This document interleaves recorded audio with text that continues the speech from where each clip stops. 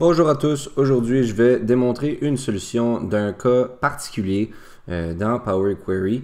J'ai deux tableaux ici intitulés numéro de client et numéro de transaction. Puis on prend pour acquis que le numéro de client, ce sont des anciennes commandes. Puis les numéros de transaction, ils viennent de nouvelles commandes. Mais moi, pour être capable de dresser ma liste de clients comme il faut, je voudrais être capable d'associer un numéro de client aux nouvelles transactions ici, en s'assurant que je pars du dernier numéro de client déjà existant dans ce tableau-ci, soit 108.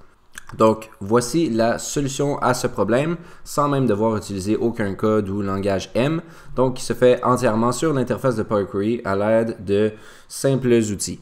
Donc la première étape ici, je vais me diriger dans le menu d'accueil et je m'en vais dans l'option regrouper par ici. Je veux faire ressortir la valeur maximale dans ce tableau numéro de client pour qu'il agisse comme point de repère pour les prochaines étapes. Donc j'appuie sur regrouper par puis j'enlève les niveaux de regroupement.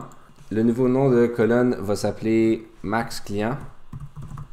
L'opération va trouver le maximum des données dans la colonne. Et bien, on travaille seulement avec une colonne ici, donc la colonne du numéro de client. On appuie sur OK ici et on est censé faire ressortir le numéro 108. C'est ce qu'on cherche ici. Donc, je vais me déplacer maintenant dans le tableau des numéros de transaction, puis je vais ajouter une colonne d'index. On s'en va dans Ajouter une colonne et colonne d'index ici. Je vais en rajouter une qui commence à partir de 1. Pour qu'on soit capable de donner une valeur unique à chaque donnée du tableau numéro de transaction en ordre croissant.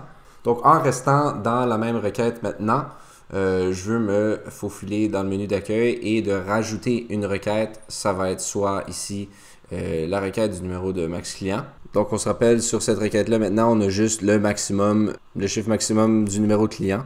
Donc, ce qui va apparaître quand j'appuie sur OK ici, ça va être beaucoup de données inexistantes et la valeur maximale qui est soit 108 à la fin de toutes les données. Et le tout s'explique parce que la colonne max client, elle n'existait pas dans la table de transaction. Donc, ça a créé tout simplement une nouvelle colonne.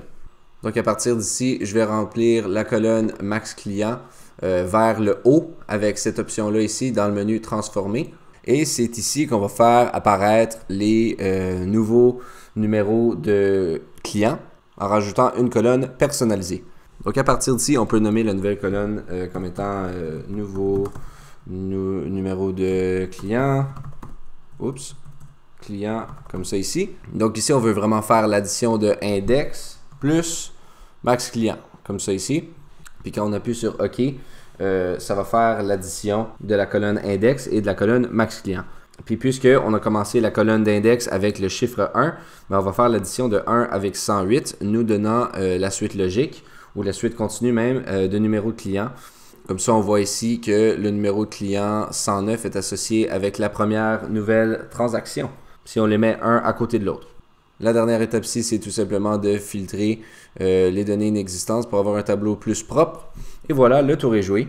Donc comme vous voyez, il n'y avait aucun code, aucun langage M. C'était vraiment juste à l'aide de 3 menus différents, soit transformer, ajouter une colonne et accueil en haut ici, qu'on a pu faire cette démonstration-là. Donc c'est tout pour aujourd'hui. Pour en savoir plus, visitez notre site internet, le lien est dans la description. Merci et à la prochaine.